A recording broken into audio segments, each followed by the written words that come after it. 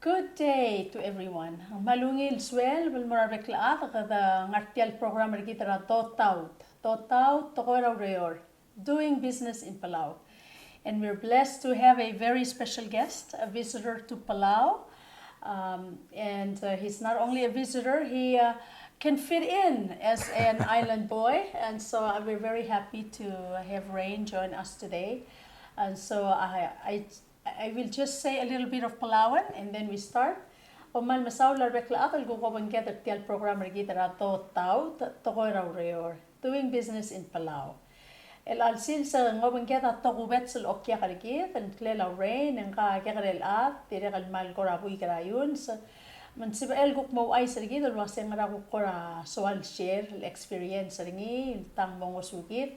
At tokubet sa may karel at al tira sa mariera tokoera entrepreneurships. Malubet to mo la startups at tir, ang non-profits at tir. Mawera po to mo la Rayne, I'm gonna ask for your permission before we start. I'm just gonna read a small verse for you. And this is found in Proverbs 2, chapter 2, verse 6. For the Lord gives wisdom, and from his mouth comes knowledge and understanding. He holds success in store for the upright. He is a shield to those whose walk is blameless. For he guards the course of the just and protects the way of his faithful ones. Timo olturge mal di rulil tokor belaw mar atal ko bangket amam tangalil tokor belaw waseruba ko maski talom sereng engarang metwab daigel tokoi aklaw matengay maungil ilboto tenget tokoi Dios o ngi orreka daigel rokuil botakat seringi raklangar en orreka del kirir tirgel tir malmalta direkal mal Dios omo masabaak tirgel tira malmalta ngara malmalta rael aliur tirgel tira mararingi marula malmalta. So that is for you. So welcome to Palau, Rayne. Thank you for having me. I am very grateful and very pleased that you are taking this opportunity to be interviewed by me and to be on our program, DOTAUT Tekoi Ureor, which is doing business in Palau. You're a young man, and I am confident that what you will share today with me and with everyone who are watching us on television or over the internet will learn something or be inspired. So now the floor is yours. Please introduce yourself and share a little bit of where you were born, where you went to school, and we'll take a little break after a while, and then we can really dig deeply into the passions of your life that could become entrepreneurships or startups or things that have to do with business or work ethic or something that you'd like to help other people understand, have worked for you or you would like to work going into the future. So the floor is yours. Sure. So aloha mai kako. My name is Rayne and really thrilled to be here with you, to be back in Palau. I was here for the first time for Our Oceans in April, and I loved it. So Rayne Sullivan. Rayne Sullivan, yes. So just really thrilled to be back here. I felt at home in Palau then, and I definitely felt at home and welcomed now. So just really appreciative for this. And to give a little bit more of my background, so I grew up a lot in South Florida. I live in Hawaii. From a mixed background from all over. A lot of my dad's family's from the Caribbean. My mom's family from America all the way to Eastern Europe. So very mixed, and that's really contributed a lot to the way I see and interact with the world. Grew up a lot in South Florida, always going to the Caribbean. Definitely island roots, island foundation. I was always out fishing and diving and, hunting different animals. But immersing myself in nature was what gave me a great appreciation for my passion, which is in environment, in climate change, but also linking that with technology and linking that with business and startups. So I did my undergrad at Georgetown in Washington, D.C., and that was focused on international relations and policy. Did some secondaries in like foreign direct investment, as well as Mandarin Chinese was my minor. Wow. Yeah, and then after DC, it was very cold for me coming as an island guy. Never got used to the snow. Then I went to England, also not very nice and warm, but a great education. And I was at Oxford where I did my master's in technology policy. Wow. So I did a focus on artificial intelligence development, but really looking at what are called innovation ecosystems. How do you make a place innovative? What are the laws? What are the policies? What are the social dynamics to really spur innovation from also a local level to mid-range firms, also from large firms? And so through that, I did a lot of the work with the China-US dynamic to look at how China develops its AI ecosystem, how the US does.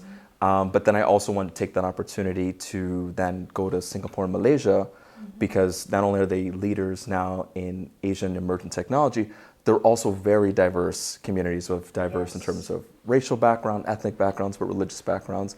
And a big focus of mine has been tech for good, about how do we use tech to have positive social impact and how can it foster equitable opportunities, whether it's jobs or broader economic development. And so I went there too to get that perspective. And then finally now I moved from Hawaii to California to study law. So now I'm at Stanford Law School. This is my third and very last year there. Yes. So continue to focus on climate, law, and technology. Wonderful. Praying for you that you're going to successfully finish at Stanford. And it sounds like you've already visited quite a few different countries and have learned a lot in these recent years. And you're still young, if you don't mind me asking. How old or how young are you? I'm 26. So that's great for other young people who are watching today. Yeah. You know, I always hope that whatever we share can inspire or motivate some other young people like yourself. Absolutely. And traveling in different countries and having visited different places of diversity, I relate to Palau in a way at this stage of, or this era going forward. Palau also is becoming quite diverse. Yes. In terms, we have our unique Palauan culture, but also many young people are a lot like you. They come from different backgrounds, their parents, and you know they're born with these multi-ethnicities. And somehow I think it's such a blessing because it brings more understanding. Absolutely. Yeah, so when you graduated at Georgetown, you got a degree, a bachelor's in international relations? That was my focus, yeah. Yeah, very good. It's a great school. It I visited with my daughter some years ago, and it's a great school for international relations and diplomacy. And then you got your master's in Oxford, I did. and the degree was in? So I was in the China department, but my focus was on technology policy. Technology policy, very good. And now you're finishing law school, and you're also deeply involved with all this climate change, you know, youth negotiators around the world. Yes. You're one of them. Recently, you were just at the big COP27. I was, yeah. Can you share a little bit of what you shared over there, or what kind of? No, absolutely. And just to give context too, so COP stands for Conference of Parties. So it's the world's largest sort of convening of all different types of stakeholders, from government to business to civil society, all convening to talk about climate change, but also to help advance new agreements for reduction of emissions and to try to keep the global goal of 1.5 degrees Celsius as the warming ceiling. And that's something that we're very fortunate to have been championed by islands. So the reason that we talk about this is because of many different efforts and engagements from island communities at COP and outside of COP to make sure that these communities that are at the front lines are also making sure they're at the front lines of solutions, which is something I'm passionate about. So it was actually really exciting for me this time. This is my second time at COP because I got to go join the delegation of Palau. So that was really exciting to be able to talk and help out on some of the various issues. Some of the topics that I focused on were sort of climate innovation in oceans. It's an area of big passion of mine.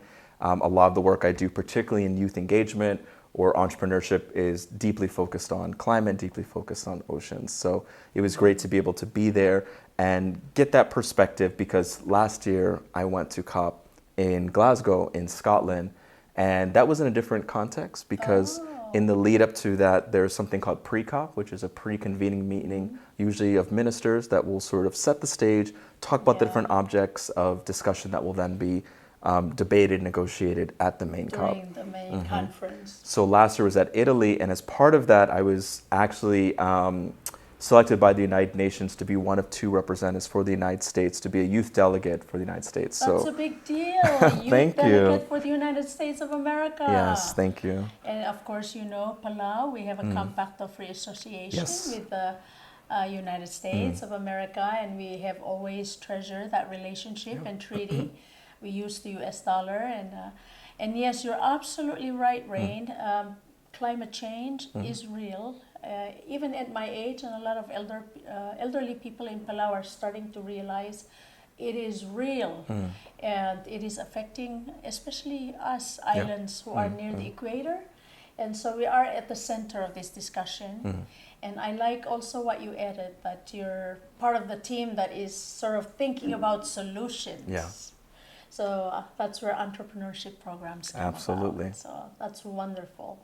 And so you enjoy the COP27 in Cairo. And It was in Sharm el Sheikh in Egypt. Oh, yeah, so on the okay. peninsula. So you can either fly into Cairo or through Istanbul, but it's sort of a resort town. Beautiful ocean, very much like Palau. I think I'm partial to Palau's waters though, because they remind me of home. But the waters there are really beautiful, and the coral reefs. So many different species that you get to see here in Palau as well. So. In any case, all the ocean nations around the world, here in Palau, we are like to call ourselves people of the sea. Yes. Because our ocean space is much larger than the land. Yes. And so I'm very pleased that you want to help the ocean economies and find solutions, technology to help out, because without our ocean, we call it in Palau our nest of life. It's luke laklangar, we say. You probably heard that term when you came for the Our Ocean Conference earlier this year in April. Luke laklangar, it's like we believe that from the ocean, then we on land can actually have a livelihood because we have the ocean around us. And it's for food security, and it's also beautiful and therapeutic, and it's recreation, it's everything for us. And the ocean means a lot to people in Palau. And so I'm thinking fast forward into the future. I am pretty sure if we had the wonderful sharing by young people like yourselves, we will eventually find some sort of solutions, technology to not only saving our ocean environment, but to be able to have livelihoods from it that are safe, environmentally friendly, safe, and continues to conserve and keep the pristine paradise that we would like to carry forward. I know you've lived in Hawaii also many years, so are there any experiences that you've seen happen in the islands that perhaps you can share that will also help us to be more careful here in Palau as we move forward with regards to our environment and keeping our oceans, our lands pristine and safe, and we conserve, but at the same time we can maybe form some livelihoods for young people to want to stay here? Yeah, absolutely. I think one of the greatest challenges, unfortunately, for many islands is this feeling of the need that if you need great jobs and opportunities, you have to leave. And that's something that, I've seen all of my life with, being, having traveled throughout the Caribbean. You see that in Hawaii, you see that in many island contexts. And so some of the work that I've been able to do in Hawaii and with some of my friends has been focused on how do you diversify the economy to make sure that you can create real job opportunities that are sustainable, that are equitable, that are environmentally friendly, but are also culturally grounded. and locally sourced, something that we're very, very passionate about. So one of the organizations I worked with and I love and great friends is Purple Mai'a. And so they're sort of a community-based technology nonprofit. And all of what they do is grounded in Hawaiian values. So they teach everyone from young keiki to kids, all the way to adults in different aspects of technology, making sure that each and every step of the way there's a grounding in culture to make sure that the understanding is central, that technology is there to enhance but not replace culture. I think oftentimes people think that there's this challenge, there's this tension between we have to progress and embrace modernity and technological advancement, but sacrifice culture, that we can't be, proud and living our culture and then being cutting edge in technology at the same time.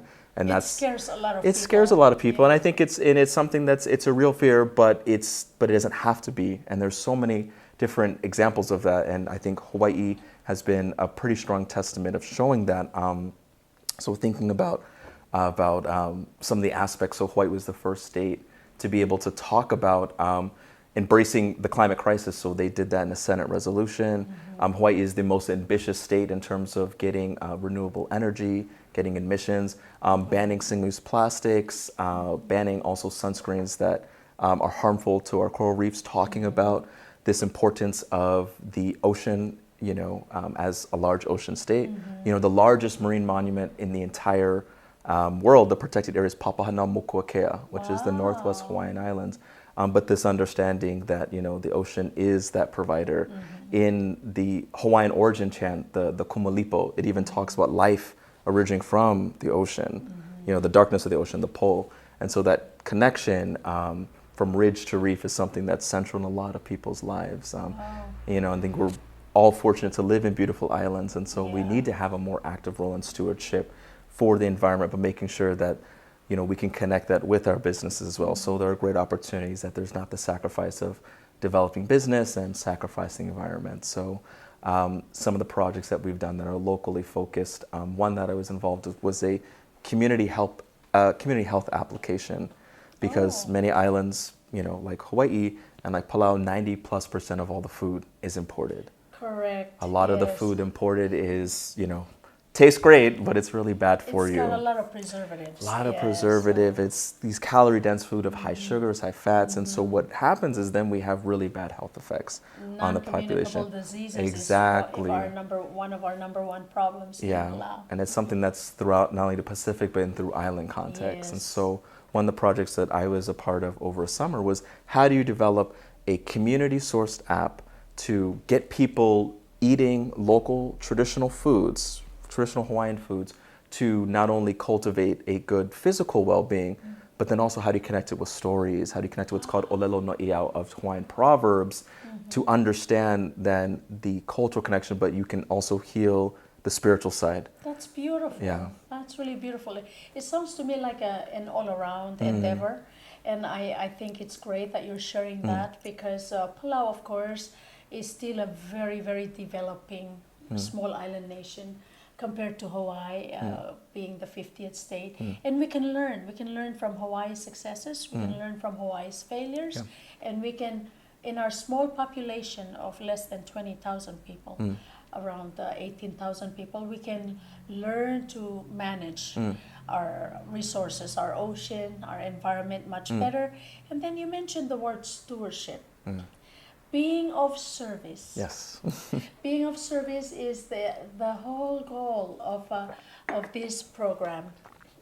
Doing business does not mean only money. Yes. It does not mean only dollar signs.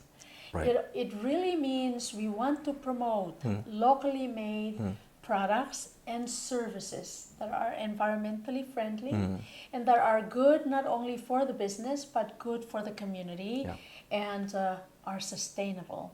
Perhaps you can share a little bit of your ideas about stewardship in terms of what have you seen or heard or learned about throughout your travels and throughout your work in terms of tech solutions and the environment that can be activities or small startups that perhaps people in the islands can do that are good for the environment, that help us to be climate change resilient. Sure.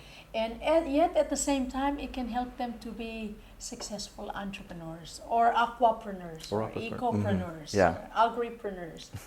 Sure. I think a couple different things. So, if you're thinking about the climate context, what I always talk about is that climate is known as a threat multiplier.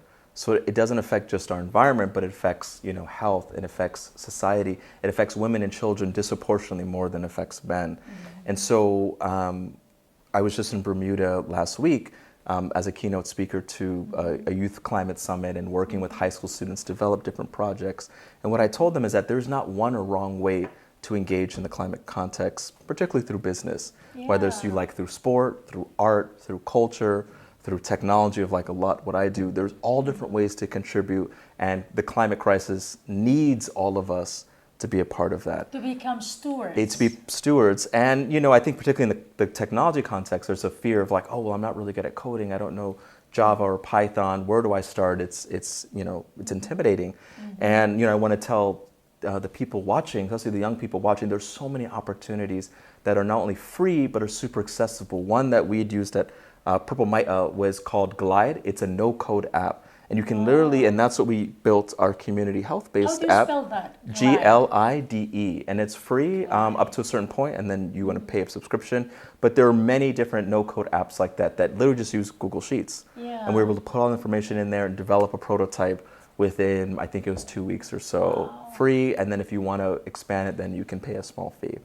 So there are things like that you can do where, really excites me about technology because it's so accessible. But also within this particular islands, we need that technology to be locally driven, to make sure that, not only the solutions, but the whole development process, the data is locally owned and sourced, something I'm very passionate about. I always say that why can't we have, the sort of tech giants also be islanders, right? There's no reason that it shouldn't be. My mom also always raised me to not live in a world of impossibility. Yes. And so thinking big and thinking that doesn't have to be, can do, or like, I don't like fishing, or I don't like agriculture, so, what is there for me to do? There's so many opportunities. There's video games. A lot of young people like video games that incorporate environmental aspects.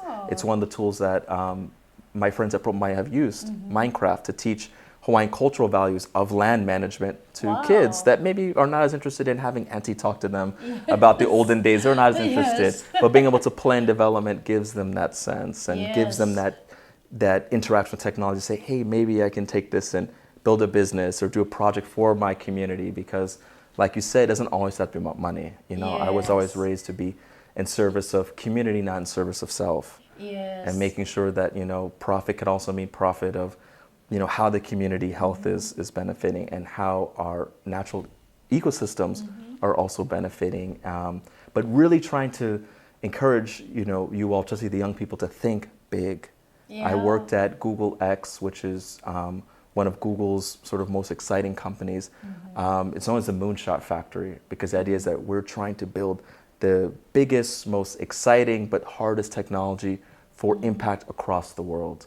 And what they often talk about is this idea from President John F. Kennedy's speech that, he wanted to go to the moon not because it was easy, but because it's hard. So not trying to, be discouraged when you run into difficulties, but be inspired by that.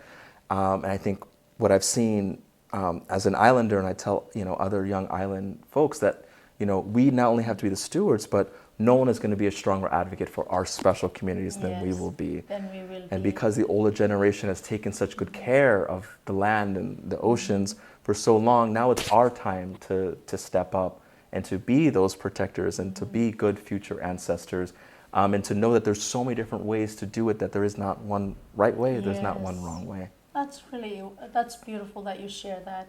It is our responsibility. All of us, and it is wonderful to know that there are young people like yourself who are interested to carry on the sustainability of what we have created to be our pristine environments. Now, we have enough challenges already with the acts of God, with like coral bleaching, climate change. What can we do as human beings living on this island in any of the islands in the Pacific or around the world, the Caribbean, or, and even in the big countries, what can we do as human beings to not only take good care of our environment so it can last for generations to come, but also that it can be, provide opportunities for creativity and innovation. So being stewards, being entrepreneurs, you can see a lot of opportunities. Yeah. And now, tell me a little bit more about the app that you mentioned, Glide. Yes, yeah. So that's an example of how that can help a young person? Yeah. So how we did it again is like we went out to the community and said, hey, we're trying to do this project about highlighting local species. And so like one of the plants that I did was kalo, which is the Hawaiian word for taro. And, we had a story about it. We had the Olelo No'eau talking about, kalo in a cultural context. But then we had recipes, not only that are fun for the family, but are also using other locally sourced ingredients that can help prevent, against the kind of diets that might lead to high blood pressure, to diabetes, hypertension, heart disease, all these things that are plaguing island communities. But what was also really exciting about it is some of the other local apps, one in particular called Exchange Avenue. We were able to use sort of their model because Exchange Avenue says, hey, we have so much excess. Maybe I grow breadfruit or ulu, maybe you fish, but maybe we don't know each other. So how do we sort of do what we used to do in the olden days and trade with each other and get rid of not only that excess, but how do you then build community with people that you don't know and places that you don't know? It's making sure that, us within the islands have those different linkages, whether it's through the food context, it's through broader community, whether it's through faith. And so we also had links to say, where could you get this? Because a lot of people said, I really know about these different plants, but I have no idea where to get it. I can't buy it at a store. It's not at the market. And so it might be right in your neighborhood, but you may not know your neighbor. So having those kind of linkages through the app have been really, I think, inspiring of showing the possibility of what technology can do for social good, for business, but also for empowering young people to develop all different applications of what their passions are. That's wonderful. That is truly wonderful because I must share with you that in Palau right now, one of the biggest challenges we have is our young people right now are different than us when we grew up. When we grew up in Palau for me in the 70s, 80s, we had agriculture as a part of the curriculum in school. We learned to plant the garden, to farm. We had cultural teachers who taught us dances and chants and songs. Yeah. And we also had in our high schools home ec, where people learned to make food. There were actual teachers who taught sewing and cooking and practical life skills. And I find now that the young people in Palau, most of them, of course, are very inclined. They're very savvy with digital, their phones, computers, and the digital world that you're familiar with. And they're not interested to be farmers or to be fishermen. Yeah.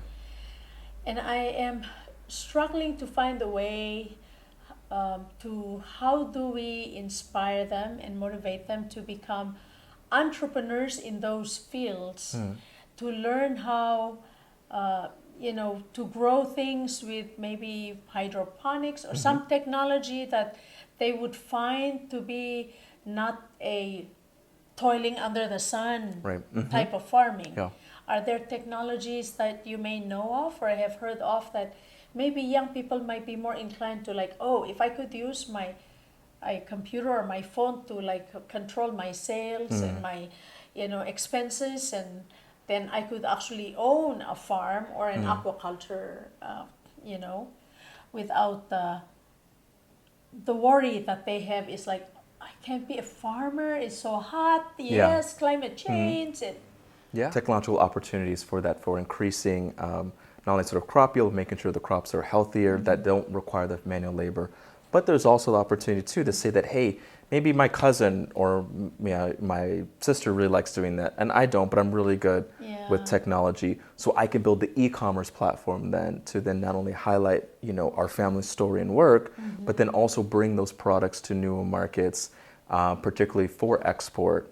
So there are all different ways of you could still link that with agricultural technology that may not be necessarily growing the particular plants.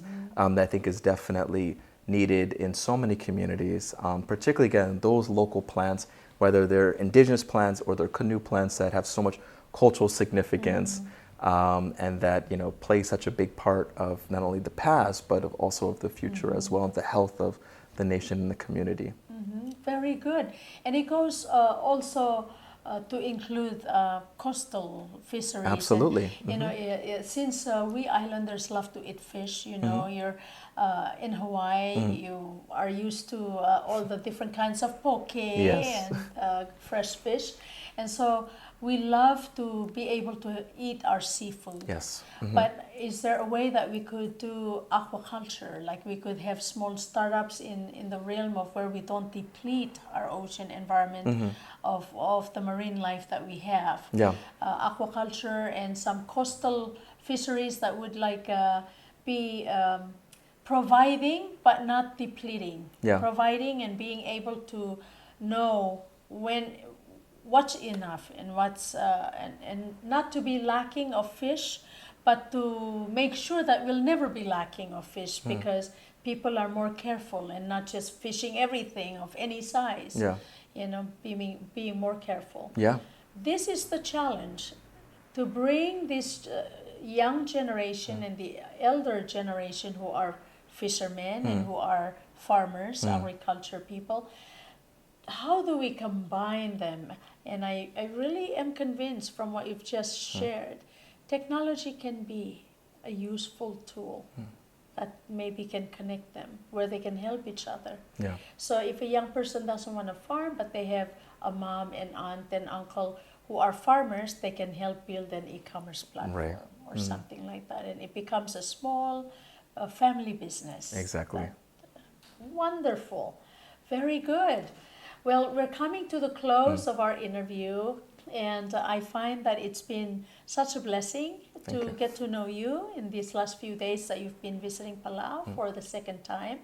I am pretty sure that you will be visiting more and be making more connections, and we could definitely, we're grateful and definitely can use also the wisdom and knowledge from a young man like yourself who is passionate about the work that you do and all the education that you've acquired. We want to put that into action, to implement what you've learned through connections and networking, and hoping that the young people in Palau will also, find inspiration in what you've shared. So this is a time for you to just kind of give us your closing statement, what you'd like to leave for people who are watching the show with us today. No, I think particularly what I want to leave for the young people is, what I've seen dealing with climate and some of the greatest challenges that are facing our planet is the areas and the communities I find the most inspiration from. The reason I stay motivated is because of youth. I always say that, youth is sort of like the wellspring of opportunity, but it's also the refuge of hope. Yes. Many parts of the world and different generations, you may have that lack of hope, but when you find the youth, you always find hope. And thinking that, again, you don't have to worry about doing things the right way or the wrong way. Just do. Kind of like we talked about. One of my favorite olelo no iau's of Hawaiian proverbs is makahana kaike, which is to learn by doing. So just to do, and when you do, then you learn. But particularly intergenerationality. So, talking to your aunties and uncles, talking to the elder generation, your grandparents, to learn about their stories, their practices, and how you can not only continue them, but add on to, that with your own, whether it's technologically or it's culturally or it's community-based, to spread that knowledge and to sort of keep that story vibrant, and particularly thinking about Palau's very long history, such a vibrant story, and one that I'm so blessed to see and to learn from. And so I hope to be back very soon. All right. So thank you, Rayne Sullivan. Thank you for joining us Thank you. today. And we welcome you again to the show when you come and visit Palau again. Thank you. And thank you everyone for watching DOTAUT, Ureor, doing business in Palau. Thank you. Aloha.